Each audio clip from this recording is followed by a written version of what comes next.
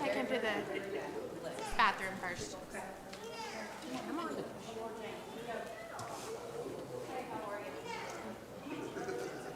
Welcome to our adult class. We are currently studying about worship. We talked about the organization of the church. Last week we began our series, if you will, on worship. We said that it is possible to worship God in vain. We looked at the book of Isaiah, which I think is an excellent example of that, where they were bringing, again, this is Old Testament, but they were bringing the animal sacrifices, they were burning the incense and all those things, and God said to Isaiah, I hate it.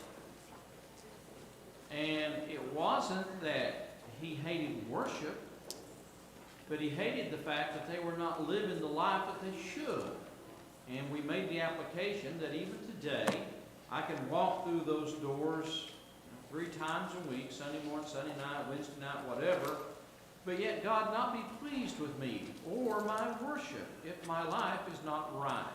If I am living as they were, according to Isaiah, they were not living properly, and God said, I want the heart. I want you to live right and then worship properly. So we talked about that last week. Today, we want to talk about the fact that we must worship God with the right spirit. In John chapter 4, verse 23 and 24, Jesus said that we must worship Him in spirit and in truth. So what does it mean in John 4, 23 and 24? Let me just turn in all fairness and read that passage. Give me a second. I think I could quote it, but I want to turn and read it.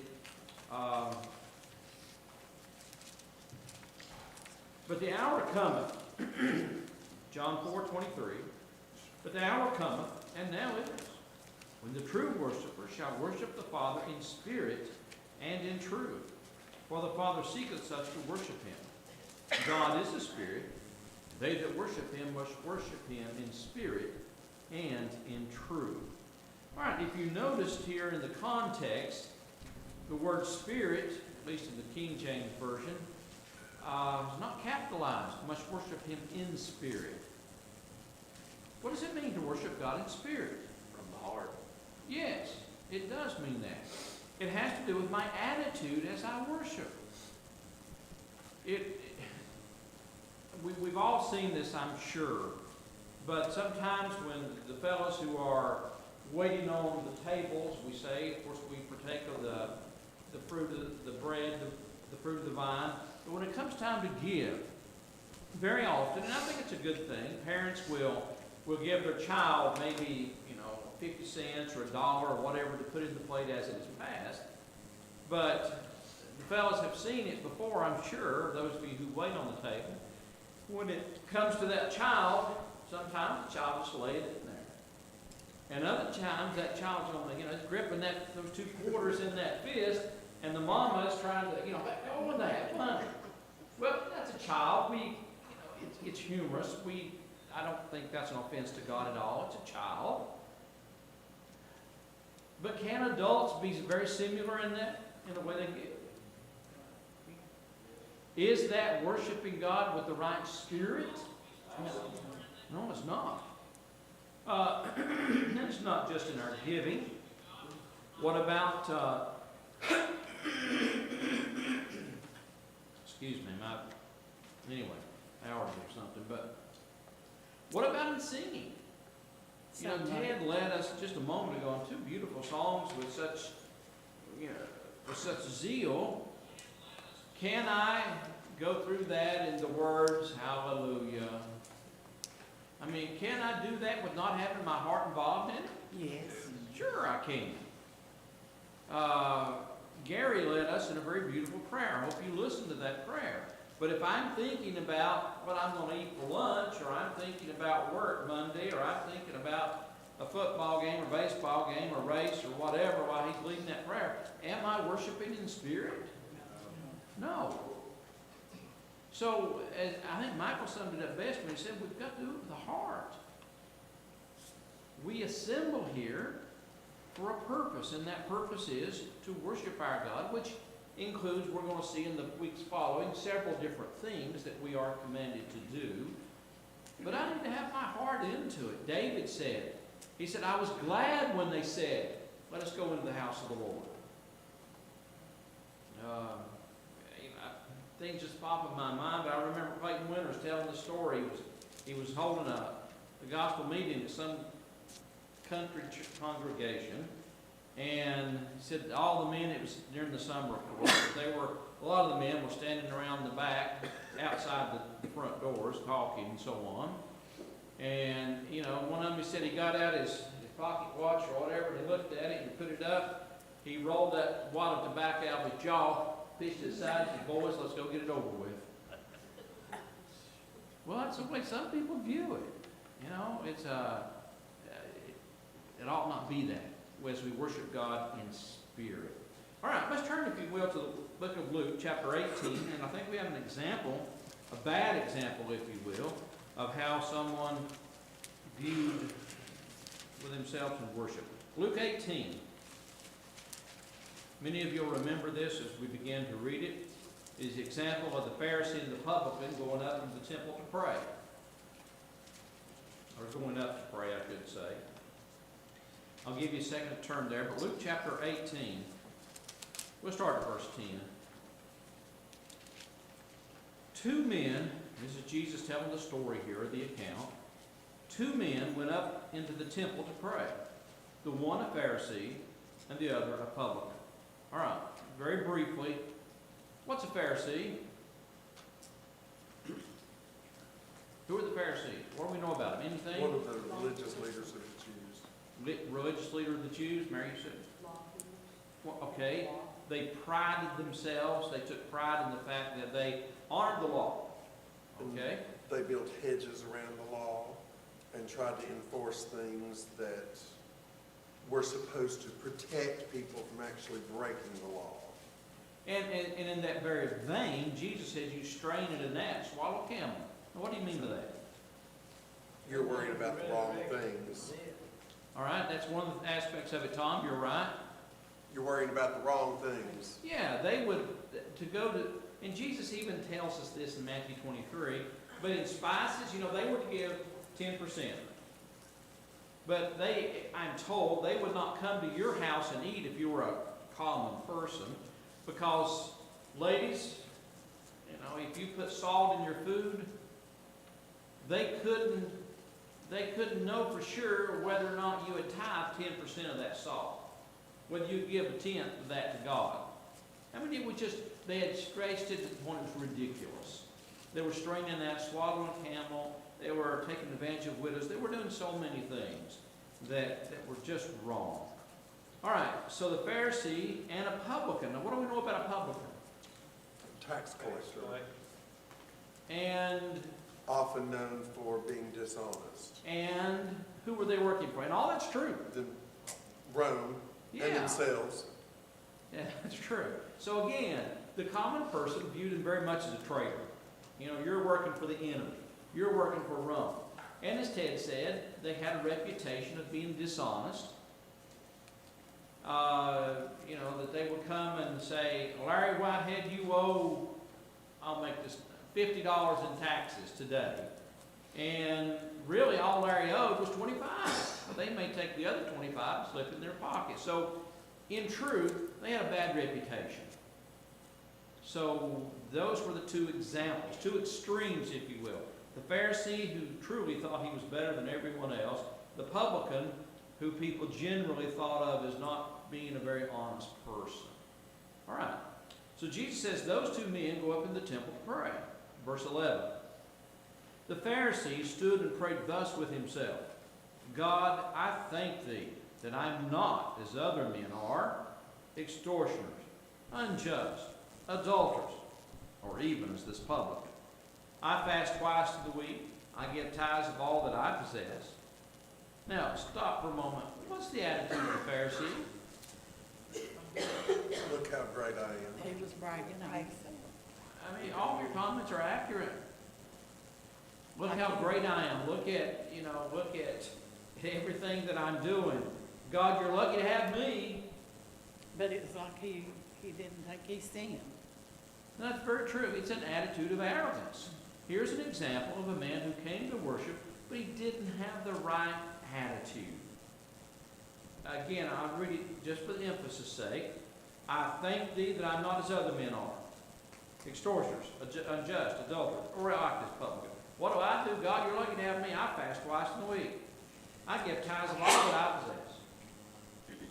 All right, and then we have the example of the publican. Verse 13. And the publican standing afar off. Now, what do you think he meant by that phrase? Why include that? He felt ashamed to approach the altar. Yes. I mean, words are in here for a reason. And here's the Pharisee, and they didn't have mics like I'm speaking into, but I'm using this as an example. You know, here's this publican, he's ashamed or embarrassed. I'm not. He steps back, if you will. Standing afar off, would not lift up so much his eyes into heaven. We have a custom, and I think it is a good custom. It is not commanded us to bow our heads. Why do we do that, though? What does that custom teach? Respect and humility. Honor. Yes, respect, reverence, honor, all those things. And then, but why? Because we are speaking to the Almighty. We are speaking to our Creator. We are speaking to the God that made all things. The God that we are pale in comparison to. He wouldn't even lift up his head. He wouldn't lift up his eyes into heaven. And by the way, there's examples of individuals in the Scriptures of looking up to heaven as they pray. It's not unscriptural to do that. But it does show an attitude here of this man. But he smote upon his breast, saying, God, be merciful to me, a sinner. I am in this auditorium. I am convinced in many examples, and I mean this sincerely, that we have the salt of the earth here. I've always thought that of the people that attend here, and not just here, and there's many other congregations the same way. But is there anyone perfect here? I think very highly of so many that have gone on that once, we worship with, we had fellowship with, and love to sit and talk with them or whatever. And I'm confident they've gone on to the rewards. But they weren't perfect either. There is none of us perfect. When I stop and examine my own life, in so many ways I see frailty. As the old saying is, things that I shouldn't have done, and then other things that I should have done or said or had an attitude or whatever that I shouldn't have had. I mean, we do live in the flesh. We do have clay feet, so to speak. We're human. Yes. And there's no area for arrogance in our lives. Here was this man, very different than the Pharisee. God, I thank you that I'm not as other men are. No, I'm not some are extortioners, unjust adulterers. But the publican, wouldn't even lift up his eyes to heaven. Standing afar off, smote upon his breast, God, be merciful to me, a sinner. He had humility. Indeed. And humility is often taught from, God respects that. Go back and read one of my favorite passages in the book of Isaiah, Isaiah 66. Let me turn and read that if you don't mind. It won't take but a moment here. In Isaiah 66,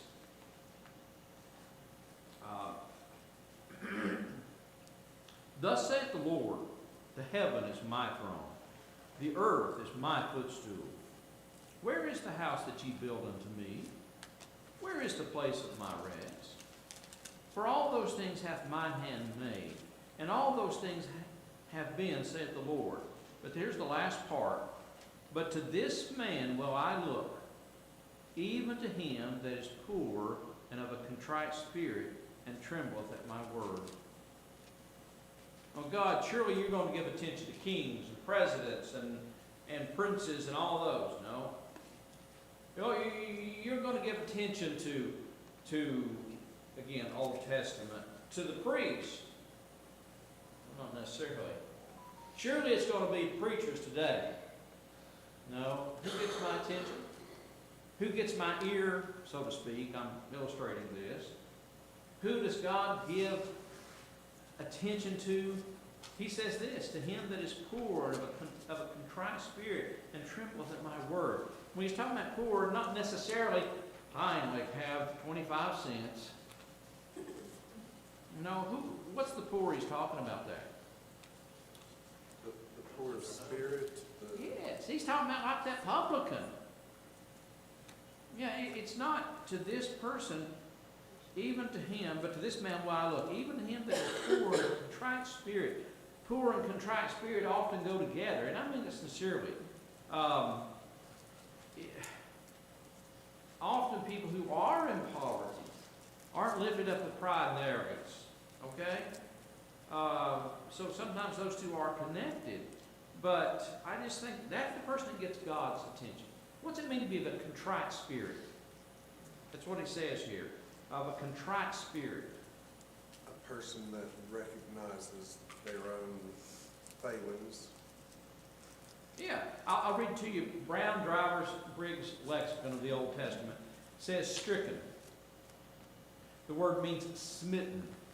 Strong says, he says literally maimed or dejected. The opposite of the proud. And God of Almighty, who created all things, who gets my attention? Who gets my ear? That person. The humble, the meek, if you will. The one that trembles at his word. Not the proud, not the arrogant. Who heard Jesus? The blank people heard him gladly. Fill in the blank. And the blank people heard him gladly. Common. Not those who were the Pharisees, not the religious leaders. It wasn't the scribes. It wasn't the Sadducees, the Pharisees, the kings. No, the common people heard him gladly. And so much to be said. And we see that in this parable here, or in the account that Jesus gives in Luke chapter 18. So we need to have the attitude of the publican here. I don't mean we ought to berate ourselves and thinking, well, how bad I am in every respect. I don't mean that. But I think we ought to be realistic as we look at our lives. And the publican is the one that got God's attention. I'll continue to reading. In verse 14, back in Luke chapter 18, Jesus said, I tell you, this man went down to his house justified rather than the other. For everyone that exalteth himself shall be abased. The word abased means brought low. And he that humbleth himself shall be exalted. The humble shall be lifted up. Those who are proud shall be brought down. So certainly we can worship God in the wrong spirit. No place for arrogance, no place for higher, I'm better than thou art attitude or anything of that sense. Thoughts or comments about this, Ted? Maybe we shouldn't be like those old monks or whoever that beat themselves and talked about how horrible I am or whatever. But every one of us, at some point in the wee hours of the night, we have to face that. How horrible am I that I have been this person or I have done this or whatever, and realize that without that sacrifice, that's where we would be stuck. You know? Yeah. We have to face that about ourselves at all times. Or we become that person. We become that Pharisee that overlooks our own things and thinks we're just fine because we're meeting the status quo and just, you've known people probably. I knew a guy that was a Catholic, and somebody asked him about going to confession or didn't he have to do certain things before. He says, I don't have to do that because I don't sin. Well, okay. That's about all you can do, say okay. Yeah, well, I know you, so think whatever you like. Well, that was the attitude more or less of the Pharisee, though. God, I thank you. I'm not as other men are. Right. I'm up here looking down. I'm not extortioners, unjust, adulterers, or even just like this Pharisee, publican here. What's his attitude? I like in verse 14 he uses the word justified. You've got one who is self-justified in a way of his attitude, and the other one is feels unworthy. You know, one is worthy, one is not. And it doesn't mention money in this passage, but that's one of the dangers of having money and possessions. You lose your dependence. It's easier to lose your dependency on God, and you feel like you've got everything under control instead of being submissive. And the key word in your sentence was dependent. Yep. You know, you look back to Luke chapter 12, the parable that Jesus gave. You know, the rich man, his crops he was already wealthy, his crops did well, he pulls down his barns, he builds bigger barns. I've got news for you. I don't think that alone was wrong. What was wrong in that text of Luke chapter 12? It was his attitude when he says to himself, "Soul, take thine ease, eat, drink, and be merry. I don't have a need now. I am self-sufficient. I don't need God." Look back at that text real quick, because that certainly goes along with our discussion here of attitude. Luke chapter 12, it starts with a man asking Jesus about an inheritance. Let's start back at verse 13. Luke chapter 12, verse 13, if you're following along in the Bible. Luke 12, verse 13.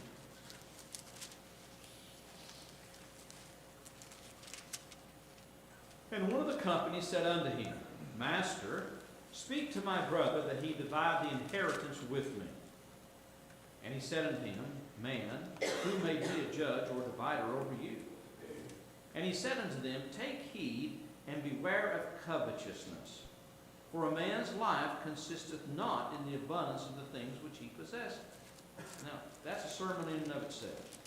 But then he gives an example of this, or a parable, verse 16.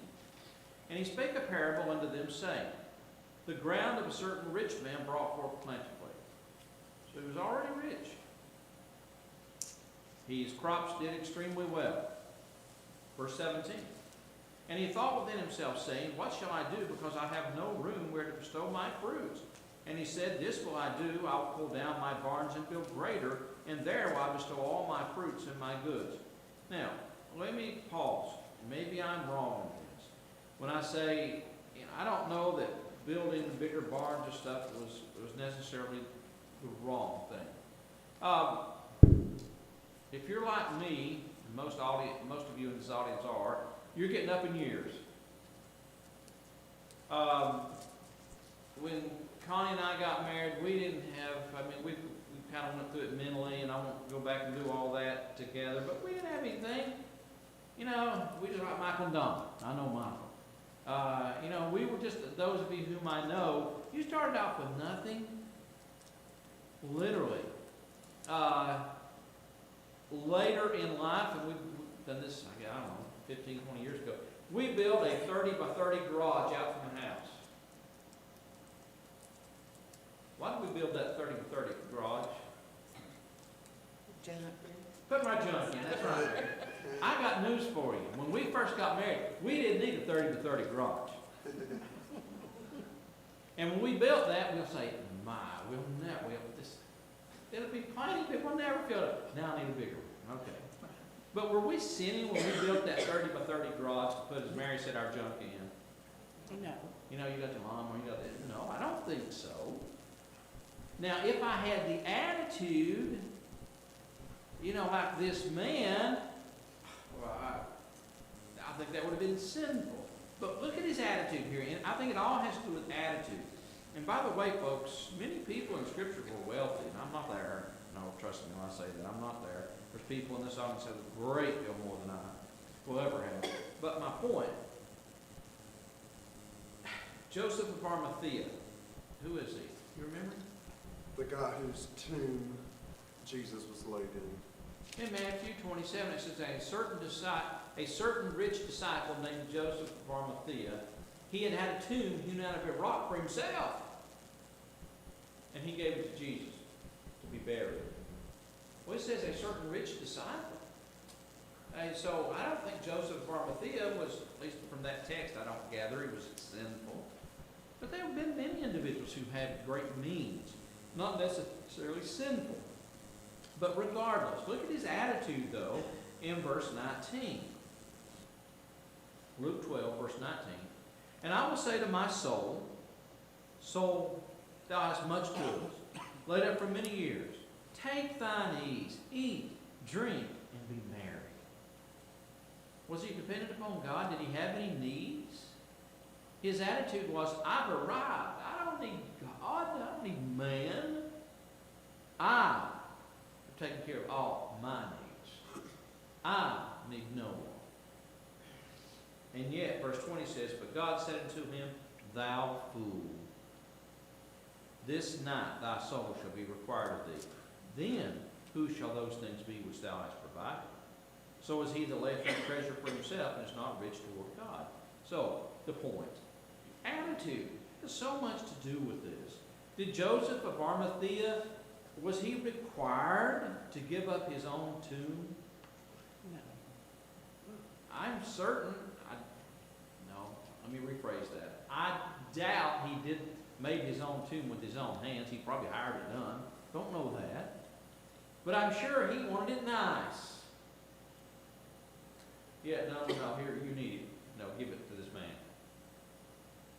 Well, it was an attitude, a very generous attitude that we find him having here. So, attitudes mean everything. Well, he was just loaning it for 3 days. Tom, I didn't think of it in that sense, but it was a loner, I guess. Maybe he was still buried in that tomb. Honestly, I've never thought about that. I don't know that he understood. You know, it would be interesting if he knew. Right. And Jesus had taught it. You know, he had taught 3 days. You know, and matter of fact, while the disciples, I don't think, understood that. If you, again, think of the text now, that Matthew, Mark, Luke, and John. Whenever Mary and the other ladies, when they come to the tomb to finish the burial process, they found that the stone had already rolled away. It was empty. But that was the 3rd day, that Sunday morning. And they have to go tell the disciples, he's not here, he's risen. But the enemies of Jesus, the Pharisees who had heard him speak, if you remember, they went to Pilate and said, we're afraid the disciples are going to come by night and steal away the body. And Pilate says, make it as sure as you can, safe as you can. And that always makes me smile because they couldn't make it too safe. They set a guard up around that tomb lest somebody come and steal the body. So they understood Jesus said he's only going to be in there for 3 days. Maybe Joseph of Arimathea did know. Well, it's just a loaner deal. I'll clean it out and be all right. I'll still get to use it. I don't know about that. It makes me smile. But regardless, attitudes do mean everything. And speaking of the attitude, the guy with the barns could have read that verse in Isaiah that you were reading before. What did he have? God gave it all to him to begin with. Yeah. And what did he take with him? And then Jesus even said that. I deal with, it seems like just every once in a while, deaths, people have died, and maybe there's a safe involved, or there's a house that needs to be rekeyed, which is real often. And sometimes it becomes evident that there's siblings here that are fighting over who gets what. I did open the safe last week. This guy had been a doctor. He was divorced, 2 children that were estranged, as I understand it at least. But he had willed it, basically everything to another man, friend. And he said you don't need to know this, but I'll tell you anyway. He said he left both of his sons $1,000 each. And he said he did that so they couldn't contest the will. I said, what? He said, if the man had left his sons out of the will, they could contest it. But because he left them $1,000 each, the judge would say, listen, this is what he wanted you to have. Nothing to contest. It's in the will. You get this. He could have given you all of it, but he chose to give you $1,000. You can't contest it. Which I thought was, I didn't know that. He could have left him 1 penny. Yeah. Couldn't be contested. But according to what the man said, he, being a doctor and had studied those things, but that's all he left him, and he had a large estate. But I had to go in and open the safe and all this stuff, and everything was someone else's then. We all know that, but it just kind of strikes you when, and if you would have seen his book collection, I won't go into it, but regardless. All right, attitudes. Now let's look at a good attitude. We've talked about the bad attitudes per se. In Luke chapter 17, verse 9, I think this is an example of a good attitude.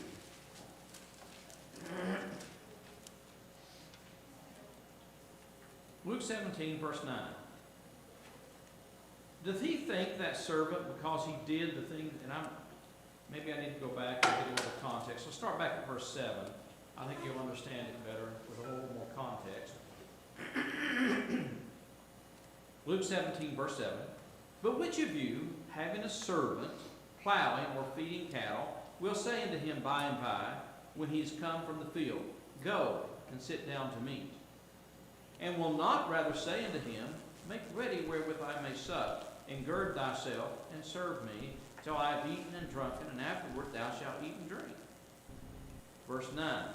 Doth he think that servant because he did the things that were commanded him? I say not. Verse 10. So likewise ye, when ye shall have done all those things which are commanded you, say, We are unprofitable servants. We have done that which was our duty to do. Jesus was communicating, as the heading suggests, that of an unworthy servant. But he was using, in the first century, there were such things as slaves and so on. But he said, the bottom line is there in verse 10, So likewise ye, when ye shall have done all those things which are commanded you, say, We are unprofitable servants, we have done that which was our duty to do. So again, there's just no room for thinking that I'm better than others, or God, you're lucky to have me as the Pharisees. But I have lived my life in an humble setting. All right. Any thoughts or comments about worshiping God in the right spirit? Making application as we started this class. What about my prayer? How do I have the right spirit when I pray? If I'm leading the prayer, I should not, and let me go back before I get myself in trouble here. When Jesus was in the Garden of Gethsemane, how many times did he pray the same thing? Three times. Same words. Was it a rote, repetitious prayer? Was it a sinful prayer to say the same thing 3 times? Yes. No.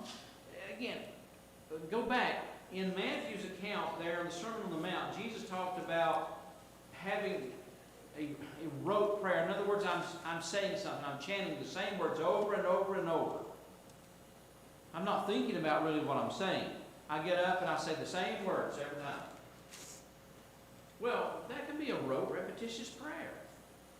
So, Jesus here in the Garden of Gethsemane, yes, he said the same words, but it wasn't sinful. It wasn't a rote prayer because he's thinking. That was his heartfelt expression. When we pray, I've wondered at least, I've heard some people pray and over the years and say the exact same thing over and over and over. I wonder if they're really thinking about what they're saying. No, it's not simple to say the same thing, but is it a heartfelt? Am I thinking about that? That we need to make sure that the mind is engaged when we pray. Michael, you have your hand up.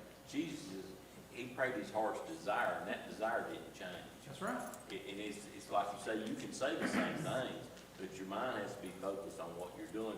Your desire may not be changed, You may have the same desire today that you had 40 years ago. That's right. Doesn't mean it's a bad thing. No, exactly. And that's the point. But my mind needs to be engaged when I pray. Okay? And we mentioned this somewhat earlier, but what about singing?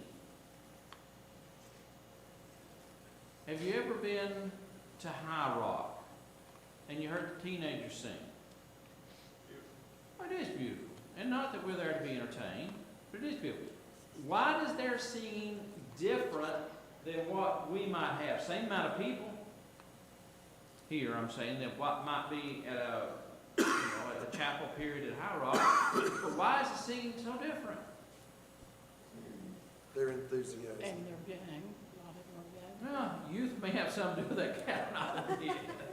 That very well may have something to do with it. But I think it is the enthusiasm. They're interested. They want to sing. They want to be involved. And often it's songs that, have a greater interest to them perhaps. But that's the difference. The difference. Now I know sometimes like, it's allergies, or sometimes you barely talk or whatever. I've got a sinus infection, or I've got this, and you're not able to really sing out with zeal. But Ted led us, and I mentioned this to him, but in the beginning of our service, beautiful songs, uplifting, and we ought to sing out in those things. So can I sit there and not sing at all, or just mumble a few words and the whole song and be right with God? Is that doing this with the right spirit? No. So I'm just making the application there, Ted. I remember years ago, years and years ago now, we went through, and of course I grew up at C Street, and we went through a series of lessons, a kind of a change where, it was almost like there was a period where the zealful singing or the enthusiasm and things were frowned on. People thought, you were supposed to be just serious and all the reserved. And we went through a series of lessons, and seems like we had some enthusiastic song leaders, things at that time, and taught the congregation these things that you're talking about now, and it really made a difference. And I mean, I think everybody did. I was just a kid, but I remember seeing the difference in people's attitudes and their level of dedication to the service and what you seem to get out of it. Yeah. But sometimes we have to be led. We have to be taught. When we know one thing, that's what we do. And when we're taught better, we're able to do better. Indeed. I know our time's pretty well up. Let me just go through some of these others very, very quickly here. We talked about giving. I am to give as a cheerful giver, the Bible says. I ought to be happy that I'm able to give what I give. Preaching or teaching, you need to pay careful attention. Our minds should be there. What have we missed here? Lord's Supper, certainly in remembrance of me. As we partake of this, we ought to be thinking of that, the different things pertaining to the Lord's Supper. So, can I worship wrong? Certainly. Can I worship wrong and not have the right spirit? Certainly. But we need to worship God in truth. All right. We'll pick the idea up of worshiping God in truth next Sunday, or nights will be the Sunday after that. But thank you.